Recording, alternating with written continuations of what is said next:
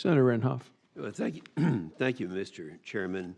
None of the three of you will appreciate this statement, but it's so refreshing to me that we can talk about climate without the normal hysterical Hollywood references that are being made, that the world is coming to an end and such as that. The world is not coming to an end, and the climate has always changed and always will change. I don't think anyone would disagree with that.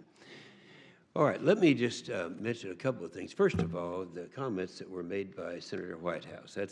That is significant because those three pieces of legislation that he mentioned, with the exception of the Defense Authorization Act, were the three biggest, most significant things passed that year.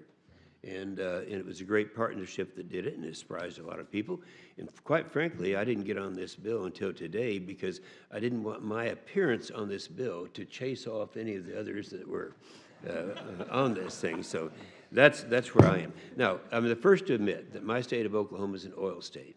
I mean, we have 150,000 jobs with an average salary of $104,000. It contributes $20.4 billion to the gross state product. It's nearly a quarter of the state's budget is funded oil and gas industry. Now, you'd think that's the reason I'd be supportive of this, and it's not. Those are good things. But when you look at the fact that, you know, I've got 20 kids and grandkids, and they're going to be around here a lot longer than I am, and we've got to run this machine called America. And you can't do it without the use of fossil fuels. I think this is kind of a recognition that that is a fact. Let me ask a question of you first, Mr. Oldham. In your testimony, you talk about the existing supply of CO2 are primarily from geological sources, and they are not enough. I'd like to have you speak on the demand side of this thing. Yeah, sure. So today, I believe the figure is about 80 megatons of CO2 are used globally around the planet, of which my understanding is about 50 megatons are used for enhanced oil recovery. So enhanced oil recovery is actually the largest use of CO2 around the world today. The speculation and the market reports estimate that increasing the amount of CO2 up to even as high as 140 megatons per year is justified and can be used for EOR. So this is part of the reason why we've had some energy companies invest into our company and start working in partnership with us. And remember also, when you capture CO2 directly from the air, you have split the dependence on location.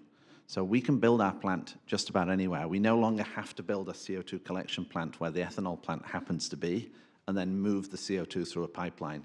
By being able to do it by pulling CO2 directly from the air, you can do EOR and capture your CO2 locally and then use that CO2 for EOR and get negative emissions at the same time.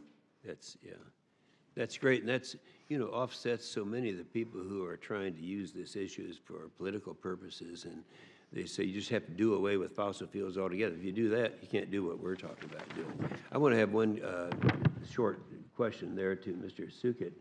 And I know this is addressed in the opening statement by our chairman, but in your testimony you mentioned that your cooperative supports reform to other parts of the Clean Air Act, specifically the new source review, and I'd like to have you elaborate a little bit more if you have more to say about that effect that we're looking at.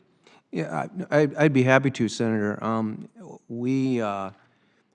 We, I think, more than anything, encourage the enactment, or it isn't that we are not compliant with the new source review.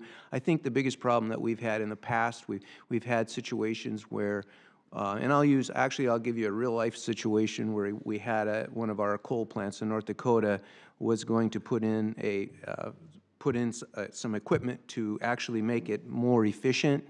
And then at the same time, it would have generated 22 megawatts more of electricity, but we were impacted and not able to do it because of the NSR rules. And actually, if you'd have thought about it, it was going to reduce the amount of coal burned, we were going to increase the amount of electricity, but the rules were written such that we couldn't get that done. And I think we just need more clarity, Senator, in terms of with the NSR rules. We need more clarity in terms of what we can and can't do.